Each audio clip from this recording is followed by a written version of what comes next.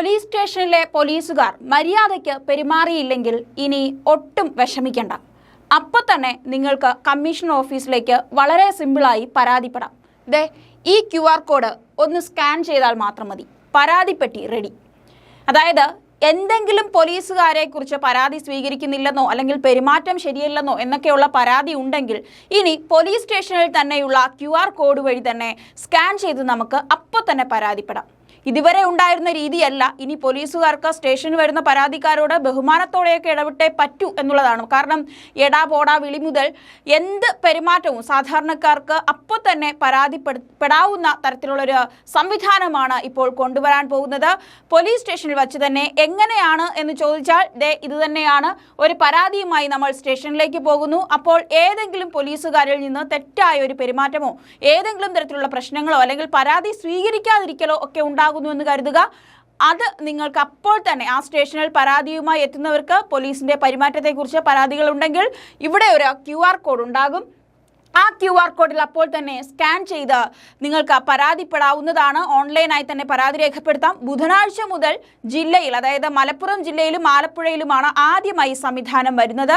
ഇപ്പോൾ ബുധനാഴ്ച മുതൽ ഈ സംവിധാനം നിലവിൽ വരും എന്നുള്ളതാണ് പോലീസ് മേധാവി എസ് ശശിധരൻ പറഞ്ഞത്. ജില്ലാ പോലീസ് മേധാവി ശശിധരൻ പറഞ്ഞത്. സംസ്ഥാന വ്യാപകമായി വരുന്ന പദ്ധതി ആദ്യം നടപ്പിലാക്കുന്നതാണ് ഈ മലപ്പുറം ജില്ലയിൽ പോലീസ് സ്റ്റേഷനുകളിലും അതുപോലെ തന്നെ തൃശ്ശൂർ സിറ്റിയിലുമാണിത് ആദ്യമായി നടപ്പിലാക്കുന്നത്. ഇവിടെ രണ്ടിടത്തും QR കോഡ് പതിച്ചു കഴിഞ്ഞു.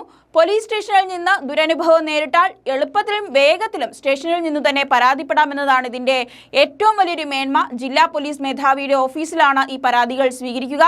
പോലീസിന്റെ പ്രവർത്തനം കൂടുതൽ മെച്ചപ്പെടുത്താൻ ഓൺലൈൻ സംവിധാനങ്ങൾ സഹായകമാകുമെന്നുള്ളതാണ് പോലീസ് ആഭ്യന്തര വകുപ്പ് തന്നെ വിശ്വസിക്കുന്നത്. എന്തായാലും നല്ലൊരു പുതിയ സംവിധാനമാണ് പോലീസ് സ്റ്റേഷൻ കേന്ദ്രീകരിച്ച് ഇപ്പോൾ കൊണ്ടുവരുന്നത്.